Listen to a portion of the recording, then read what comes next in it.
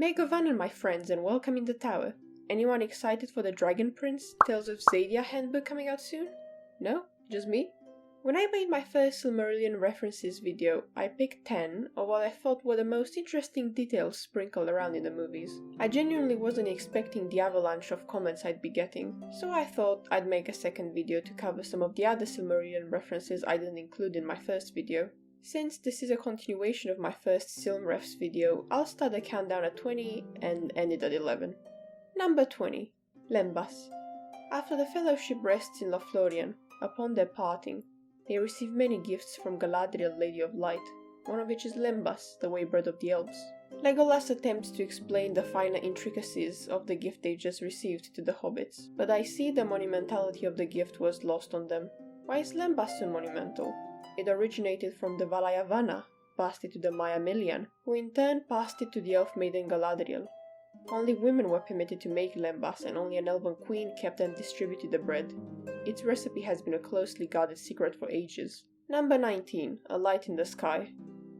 During one extended scene in Return of the King, after having escaped discovery by a regiment of orcs, Sam and Frodo are nearing Mount Doom and the end of their quest. In an attempt to give him just a little hope, Sam points out a star in the sky that the shadows of Mordor can't touch. The star is none other than Vingiloti, Erendil's ship. Erendil is Elrond's dad, and in the First Age he attempted the most perilous journey from Beleriand to Aman to ask for the Vala's help. The Vala lifted Vingiloti and Erendil in the sky, and there he eternally sails, wearing a Silmaril on his brow. It is the light of this star that Galadriel has encapsulated in the bottle she gives Frodo. Number 18. The Origin of the Orcs. Saruman seems to care about his creations quite a lot, as in a scene in Fellowship of the Ring he is seen tutoring Lurtz as to ancient history. Quite nice of him, really. He tells Lurtz of the origin of orcs, which, as it is believed, were once elves captured and tortured by Morgoth, disfigured until they became hideous minions of evil. Number 17. Palantiri. Ever wondered where the Palantiri came from? You see them a lot in Return of the King. They were created by Galadriel's uncle Fëanor, greatest smith to have ever lived. Their powers were that they could see over great distances, and their users could communicate with each other. Kinda like a private Discord server. They were brought from Valinor to Númenor, and from Númenor to Middle-earth, where they have been used by the kings of Arnor and Gondor. Number 16. The Ring of Barahir. Shown for one short scene at the end of Fellowship of the Ring is a ring that Aragorn wears on his finger. You would not believe the amount of history this ring bears. It first belonged to Finrod of the Noldor, Galadriel's brother, who gave it to Barahir of Beleriand. With some caveats, the ring was passed down to the kings of Númenor, then to the kings of Arnor, and then to the chieftains of the Dunedain. Aragorn wears the ring like all his ancestors did, up to a direct line to Beren and Barahir. Number 15. The Doors of Moria. There's more to the Doors of Moria than meets the eye, apart from the fact that it is one of the rare monuments marking true and deep friendship between the dwarves and the elves, as it was made by Navi of Khazad-dûm and Celebrimbor, Lord of Eregion. The door holds one tiny little nod to the House of Fëanor, of whom Celebrimbor was part of, a star with 8 edges. Number 14. GOTHMOG.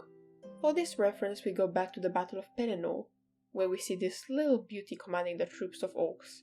His name is GOTHMOG, and he bears the name of the mighty GOTHMOG, Lord of Balrogs, and once High Captain of Angband. I suppose being named after such a force of evil didn't save him from being butchered by the forces of good. Number 13. The Origin of the Ents. While the three hunters were treading through Fangorn, Legolas comments on the relationship the elves have with the Ents. It is true, the elves taught the Ents how to speak, but they did not make them. They are created by the Valayavanna, who tasked the Ents as protectors of the forests. The Ents never forgot that it was the elves that gave them understanding and the gift of language, and they were friends forever since. Number 12. Ostineth Hill.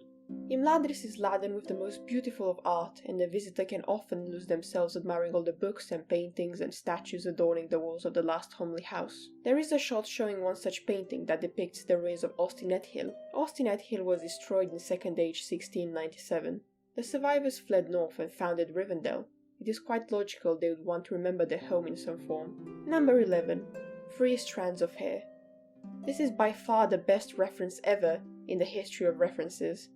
The story behind it is just glorious.